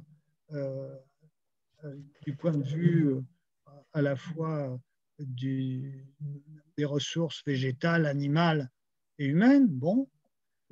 Par ailleurs, beaucoup plus inclusive au sens où c'est une croissance qui ne poursuit pas le creusement des inégalités. Et d'autre part, c'est aussi une croissance plus indépendante, c'est-à-dire le fait qu'on a bien vu, hein, les difficultés à retrouver des bases de production suffisantes qui ne soient pas dépendantes d'approvisionnement extérieur pour des choses aussi banales que les masques ou les tests, ou bon, sans parler des vaccins. Donc, ces trois objectifs-là, sans compter que probablement il ne s'agit pas non plus d'une croissance effrénée, puisqu'on sait très bien qu'une croissance trop forte aggrave les inégalités, les emprises sur l'environnement, etc. Donc, c'est évidemment des objectifs de moyen ou de long terme qui doivent être définis et pas simplement des équilibres de court terme d'aujourd'hui, etc. C'est ça, normalement, le plan, hein. Le deuxième élément, le deuxième enseignement que nous renseigne sur 45, c'est le fait de participer réellement, de faire participer réellement l'ensemble des forces sociales. Et ça a été ça, l'initiative, en l'occurrence d'un libéral, hein, d'un capitaliste libéral banquier qui est Jean Monnet, mais qui était réaliste et qui, au fond, a mis la CGT, le patronat et les experts et les représentants de l'État autour de la table en disant, voilà, définissez entre vous des objectifs et donc un véritable débat démocratique. Alors, on n'est plus du tout dans la même situation. Les syndicats n'ont plus la position centrale qu'ils avaient, j'ai terminé là-dessus, mais il y a les associations, mais il y a les élus locaux, régionaux, etc. Et il y a une vraie, et pas simplement un débat national où le président de la République prend la parole et la tient pendant des heures et ne tient pas compte après de ce qui est fait. Non, c'est véritablement de fixer des objectifs qui engagent ceux qui acceptent de participer au débat. Et c'est un des rares moments quand même où on a eu une sorte aussi de consensus, hein, ou en tout cas de compromis, qui était relativement élevé. Dernier point qui était important dans le plan, que je n'ai pas assez souligné peut-être, c'est qu'un des moteurs du plan, et qui avait été accepté par toutes les forces sociales qui participaient, c'était l'idée, alors évidemment c'est dans la commission de la main-d'œuvre, et la commission de la main-d'œuvre, elle était présidée par André Tollet, donc responsable syndical parisien, résistant du comité parisien de libération, et qui était responsable CGT et communiste important, et qui avait présidé cette commission de modernisation, mais où il y avait des patrons, des représentants de l'État, des ministères, et qui avait établi que on allait probablement augmenter tellement la productivité par la modernisation, hein, puisque les machines des années 50 allaient remplacer des machines des années 20, parfois même des années 10,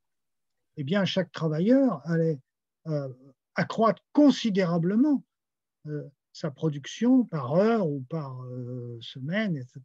Donc, la productivité allait augmenter, mais qu'un des principes fondamentaux, c'était que le niveau de vie et le pouvoir d'achat s'élèvent parallèlement à la productivité. Or, vous savez bien que depuis les années, au fond, 80, en fait, hein, et encore plus 90, il y a une stagnation relative du niveau de vie des salariés, alors que la productivité, même si elle n'augmente plus au même rythme que dans les années 50 ou 60, elle continue d'augmenter quand même. Hein. Donc, on a quand même quelques lignes directrices qui nous montrent ce qui pourrait être fait. Encore faut-il en avoir la volonté. La grande différence entre aujourd'hui et à l'époque, c'est qu'à l'époque, il y a une très forte mobilisation sociale, populaire, et que d'autre part, la caractéristique de la France, qui n'est pas spécifique à la France, j'ai parlé de la poussée travailliste en Angleterre, bon, mais quand même, la spécificité de la France, c'est la poussée du mouvement ouvrier, le fait que le Parti communiste obtient 26-27% dans les premières élections entre 1945 et 1947, que les socialistes et les communistes sont majoritaires dans la première assemblée constituante, même si après le MRP, les démocrates chrétiens s'y ajoutent. Hein, donc, mais on a, disons, une poussée à gauche, pour être simple, en tout cas, qui est incontestable par rapport à l'avant-guerre. Et on n'est pas du tout non plus dans cette situation-là. Donc, vous voyez que mon rôle est difficile dans la mesure où moi, je travaille sur des choses qui sont révolues et sur lesquelles, évidemment, je note les différences, quoi, plus que ce qui peut être véritablement commun. Et il n'empêche que dans les 2 ou 3 points que j'ai indiqués, il me semble que ça devrait quand même guider l'éventuelle création du plan. Ceci étant, on ne peut pas dire qu'il s'est créé un plan, on a créé un haut commissaire, c'est-à-dire qu'au fond, de la même manière, mais là c'est mon interprétation un peu en fin de soirée, hein, donc vous la prenez, vous en prenez ou vous en laissez, hein, mais de la même manière que de manière quand même abusive, et encore c'est parce que je suis poli, hein, je reste poli, le président de la République a osé évoquer les jours heureux qui était le titre d'un journal résistant pour présenter le programme du CNR, ce qui était quand même, disons, je le dis, abusif, qui est le terme le plus modéré que je trouve. De la même manière, le fait d'avoir choisi un haut commissaire au plan, c'est une manière peut-être de vouloir s'attribuer au fond les mérites de 1945 sans du tout mettre en œuvre tout ce que ça représente. C'est-à-dire, c'est un affichage, bon, alors on nomme un haut commissaire au plan, dont, d'après ce que j'ai compris, qui est beaucoup plus souvent à Pau qu'à Paris, parce qu'il envisage probablement son destin politique avant toute chose. Donc, tout ça me paraît un peu du faux semblant, ou en tout cas un ersatz, mais pas forcément une volonté. Maintenant, je demande qu'à avoir tort. Hein. Alors, bon, les questions, enfin, j'ai 2 questions. Alors, Boris qui dit, sauf erreur, l'an prochain, verra le centenaire de l'Internationale des travailleurs libertaires, qui était bien moins étatique que le syndicalisme qui suivit. Pensez-vous que ces gens auraient la même lecture que vous des progrès et reculs de la législation sociale? Donc ça, c'est la première question.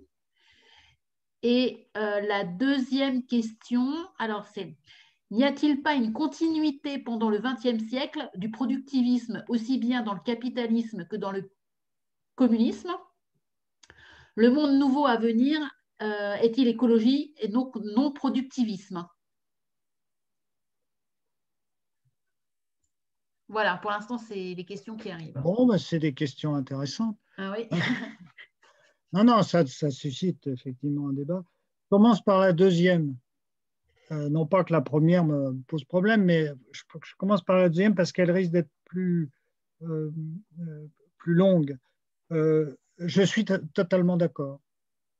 C'est-à-dire que si vous voulez, il y a en 1945 une sorte de consensus productiviste. Et d'ailleurs, le programme du CNR, c'est ça. Hein.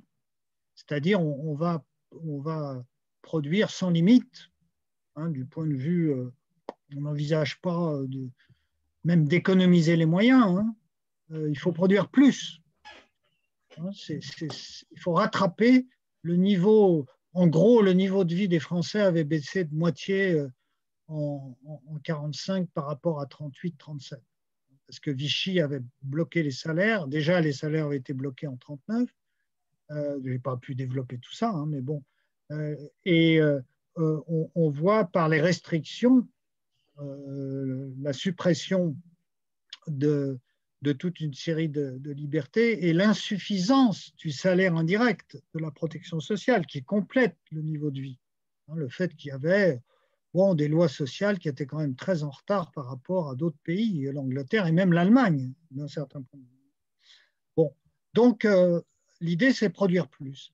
Et ce qu'on peut dire, c'est que jusque dans les années 70-80, la gauche comme la droite, le mouvement ouvrier comme le patronat est productiviste. Le tout, c'est qu'on pense produire en répartissant autrement. Donc, ce n'est pas tout à fait le même productivisme. Mais c'est l'idée que, au fond, la nature peut rendre tout ce qu'elle peut à condition que le progrès technique continue. De ce point de vue-là, il y a une sorte de convergence, par exemple, entre gaullistes et communistes, hein, si on veut caractériser un peu certaines forces, etc. Et là-dessus, je suis d'accord. Je suis d'accord qu'on n'est plus dans cette perspective et que de ce point de vue-là, c'est une rupture plus importante aujourd'hui qu'elle ne l'était en 1945.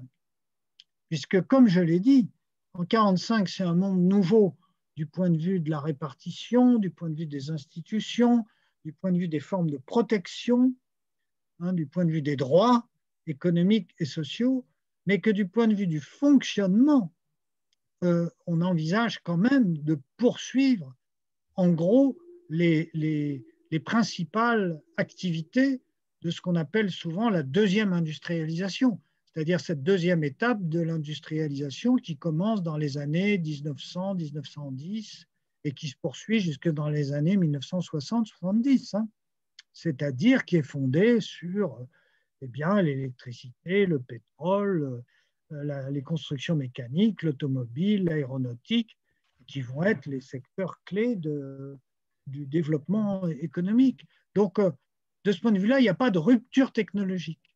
Aujourd'hui, on est dans une rupture complète. Donc, c'est effectivement, vous avez raison, une très forte différence.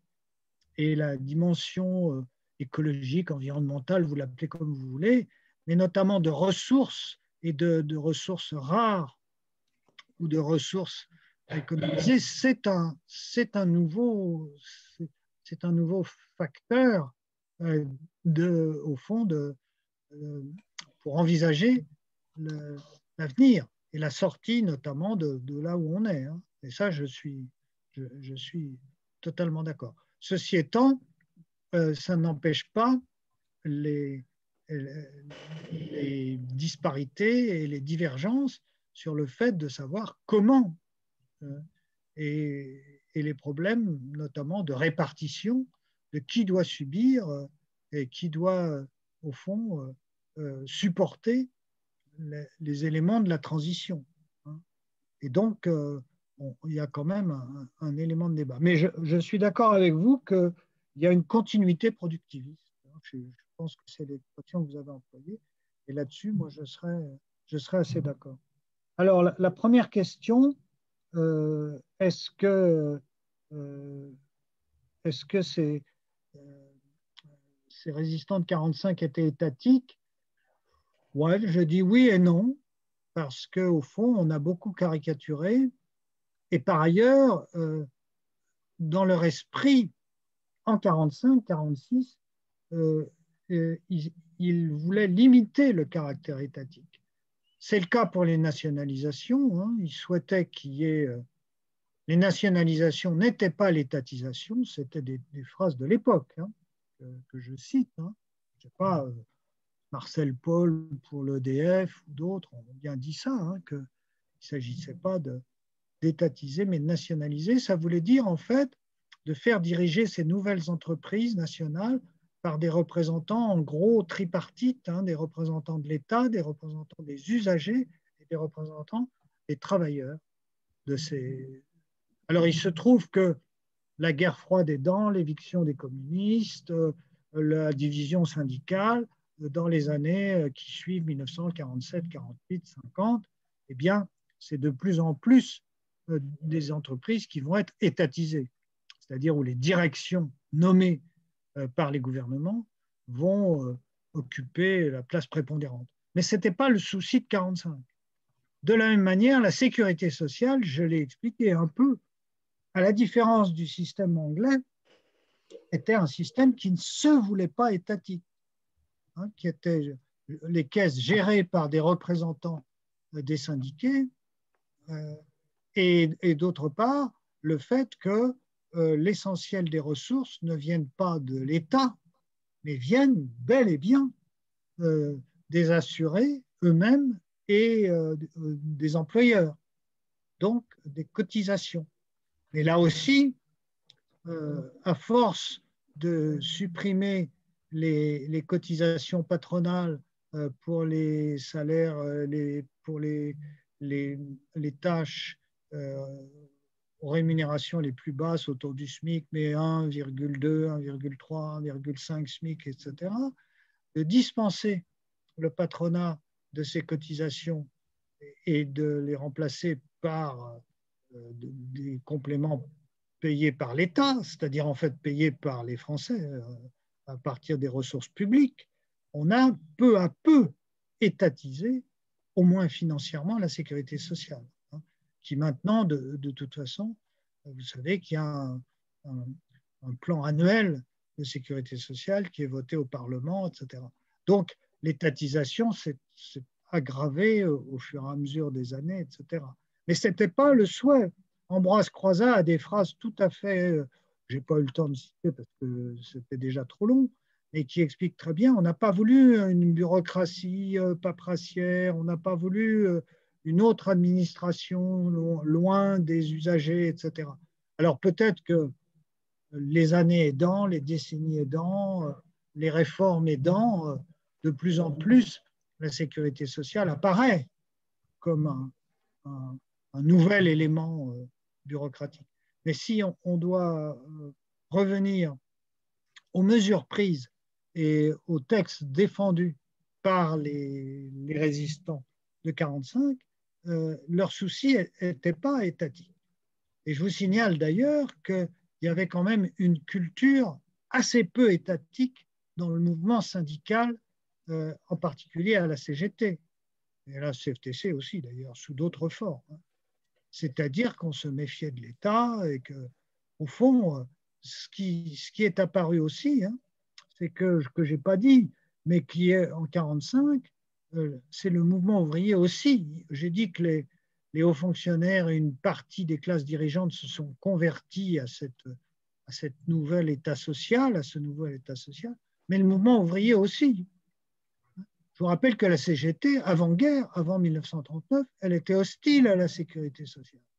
elle était hostile à la cotisation des salariés. Hein, elle considérait que déjà les salaires n'étaient pas très élevés, donc on n'allait pas prendre en plus des cotisations. Alors ils ont changé à l'occasion de la résistance parce qu'ils se sont rendus compte que ça donnerait des atouts supplémentaires, des positions possibles, et que c'était dans un rapport de force favorable, hein, en 45-46. Mais au fond, ce n'était pas dans la culture du tout du mouvement ouvrier, hein, et notamment dans sa fraction, justement, syndicaliste révolutionnaire ou anarcho-syndicaliste, si vous voulez, hein, et qui était très réticente à l'égard de l'État et qui trouve encore des traces dans la CGT de 1945. Donc, ce qui fait que la CGT se rallie vraiment à la sécurité sociale, c'est parce qu'elle pense qu'elle va pouvoir peser dessus, dans la mesure où elle a des positions acquises à l'intérieur même des caisses. Et qu'au fond, à la fois pour les ressources et pour la gestion, eh bien, les représentants des syndiqués sont en bonne position pour effectivement assurer, au fond, le fonctionnement de cette nouvelle protection sociale.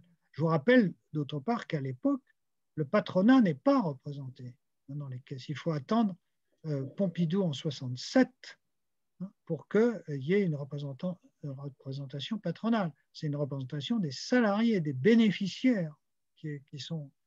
Donc, étatique, oui, dans une certaine mesure, parce qu'on ne peut pas renverser 2 siècles de centralisation napoléonienne, ou un siècle et demi à l'époque, mais néanmoins, c'était le souci de revivifier la démocratie et de lui redonner une place importante à travers notamment les représentants qui étaient à l'époque les plus représentatifs, justement, qui étaient les syndicats.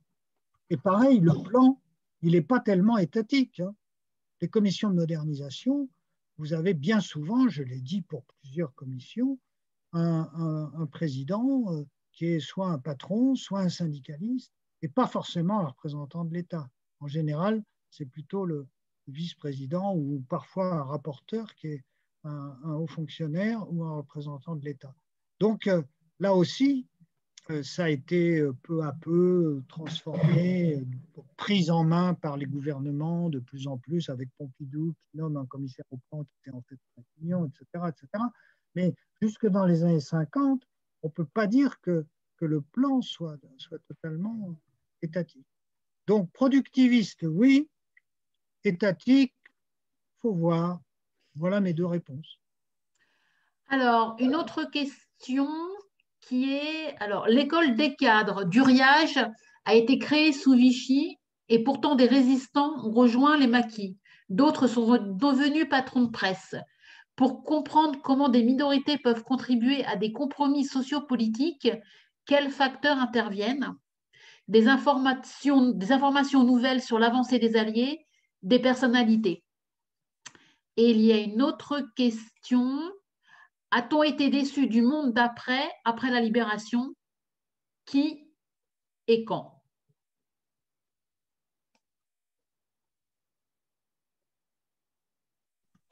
Alors l'école d'Uriage, oui, c'est une école de cadres dont certains, à partir de 42 et surtout 43, vont se retrouver dans la résistance, mais ça comporte quand même un nombre assez faible, hein, de gens, hein, donc c'est des personnalités, effectivement.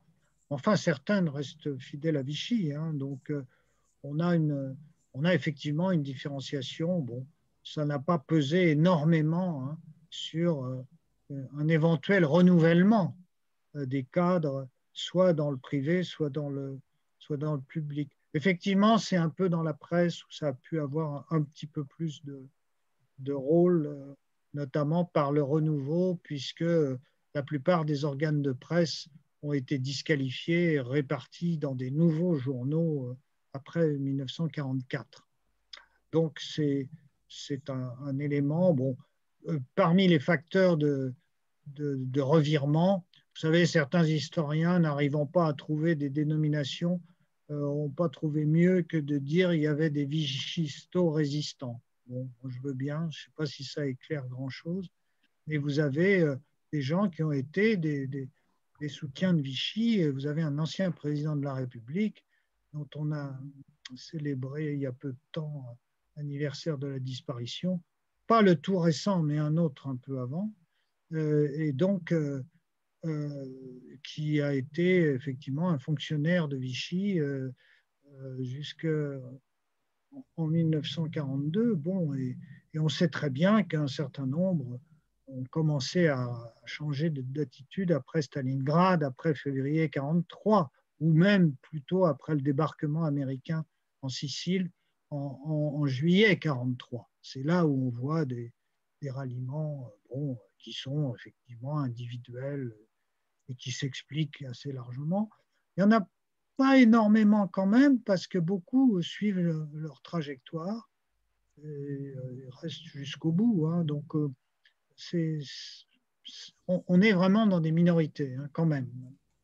Alors, la deuxième question, quand viennent les désillusions? Alors là, c'est une succession de, si vous voulez, en rafale un peu. Hein. C'est-à-dire qu'il y a déjà des événements qui eux-mêmes vont modifier la situation considérablement. Et la modification principale, vous le savez, c'est 1947, c'est-à-dire l'entrée dans la guerre froide. C'est-à-dire que la situation antérieure, j'ai dit, était quand même marquée par cette étrange alliance, comme dit Hobsbawm, hein, entre les Américains, les Anglais et les Soviétiques, où les Français étaient un quatrième élément un peu secondaire dans tout ça, et que cette apparente convergence instable disparaît en 1947. Et ça a des conséquences graves en France, puisque ça veut dire l'éviction des communistes du gouvernement, alors qu'ils étaient jusqu'à présent la principale force politique, et qu'ils étaient présents dans tous les gouvernements de 1944 à 1947. D'autre part, ça a des conséquences importantes sur le mouvement syndical par la division de la CGT avec la création de CGT-FO à la fin 1947, au début 1948. Donc déjà, c'est une source d'insatisfaction, c'est une source de désillusion, c'est-à-dire l'idée que les forces qui étaient apparemment unies ou en tout cas convergentes précédemment, hein, qui défendaient au fond des gouvernements d'union nationale, et des mesures qui avaient été adoptées à l'unanimité, comme j'ai dit, hein, dans la résistance, qui se divisent. Bon, déjà, le départ de De Gaulle en 1946, c'est déjà évidemment symboliquement très important, puisque c'était lui qui avait fédéré, hein, toutes ces forces qui se reconnaissaient dans le chef de la résistance, à la fois intérieur et extérieur, qui faisait le lien entre les deux, alors qu'il y avait quand même de grosses différences, hein, entre les Français libres, comme on disait, les Free French et les résistants de l'intérieur. Donc, déjà, vous voyez, vous avez par strates successives, selon les appartenances politiques, selon les sensibilités politiques, des désillusions qui viennent peu à peu, 46, 47, donc c'est assez proche. Mais ce qui est quand même remarquable, c'est quand même le caractère durable des réformes mises en place, notamment celles que j'ai citées en 1944-1946, et qui ne sont jamais mises en cause par aucune majorité politique, ni aucune force sociale ou syndicale, pratiquement jusqu'aux années 80. Hein. Et le paradoxe, c'est que le paradoxe si on veut, ou la contradiction plus exactement, c'est que c'est quand la gauche arrive au pouvoir en 81 qu'au fond, là, la droite se sent libérée, et notamment la droite gaulliste, hein, qui avait soutenu les nationalisations, etc., et qui, en 82, là, au fond, rompt cette fidélité au programme de la résistance. Alors, j'ai vu qu'il y avait une question sur les colonies. Alors, ça aussi, c'était une désillusion. Ça aurait pu être une innovation sur le terrain politique. J'ai dit que sur le terrain politique, il y avait eu assez peu d'innovation, à part quand même, hein, le vote des femmes, qui n'était pas rien. Et qui a quand même entraîné toute une série d'éléments de modification. Mais au fond, le système parlementaire s'est reconstitué sur des bases assez proches de ce que c'était la Troisième République. Ce qui aurait pu être un grand changement, c'était l'idée qui avait été lancée de transformer l'Empire français d'avant-guerre en une Union française où, au fond, les anciennes colonies, les protectorats pourraient accéder à des formes d'autonomie dans un cadre, etc., etc. Et puis on s'est aperçu que dès 1945, la répression en Algérie, sétif, 1946, la guerre d'Indochine, 1947, le massacre à Madagascar et la guerre froide intervenant là-dedans. Alors là, la désillusion est très grave et très brutale. Et on peut dire que le sabotage, puisqu'il s'agit vraiment d'un sabotage des élections de 1947 en Algérie, ont sans doute ruiné les efforts pour aboutir au fond à une émancipation qui soit négociée, hein, et où il y a une méfiance absolue à partir de ce moment-là, etc. Donc là, la désillusion, elle est précoce, elle est très précoce, et les espoirs qui avaient été formulés en 45-46 d'une émancipation sur une forme qui soit pacifique, etc., et de rapports nouveaux entre la France et son ancien empire, au fond, elle sombre largement dans la guerre d'Indochine et dans la suite à partir de 1947-48.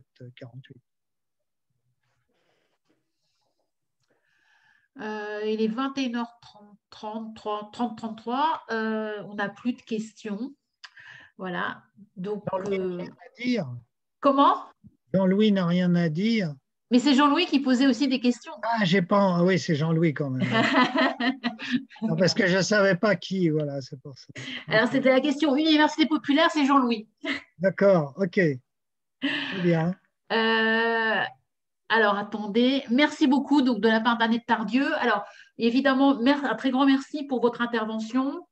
Alors, pour ceux qui peuvent et qui veulent, je vous propose de réagir et de peut-être d'applaudir Monsieur Margueras pour son intervention et voilà tout le débat qui a eu lieu après. Alors, quand vous passez votre souris sur le bas de l'écran, vous avez réaction. Et là, vous pouvez y mettre applaudir, le pouce levé, aimer, enfin voilà, vous avez plein de choses à mettre, mais si vous voulez applaudir, vous pouvez le faire. Ben, on peut applaudir en vrai, non? Ou en vrai, si vous voulez. Merci beaucoup. Merci. Merci bien. Voilà. Très intéressant, merci beaucoup. Très, très intéressant. Bien, merci à vous. Merci beaucoup, beaucoup, beaucoup. Vraiment, c'était fort. Bravo, très éclairant. Ouais. Bien. Bah, écoutez, bon courage pour la suite. Et puis, j'espère que vous pourrez tenir ces réunions de manière un tout petit peu plus vivante, quoi. Oui, nous aussi on espère. Voilà. Au revoir. Merci. Au revoir. Merci. Au revoir et un très grand merci à tous. Au revoir. Salut, Au revoir à vous. merci beaucoup. Merci.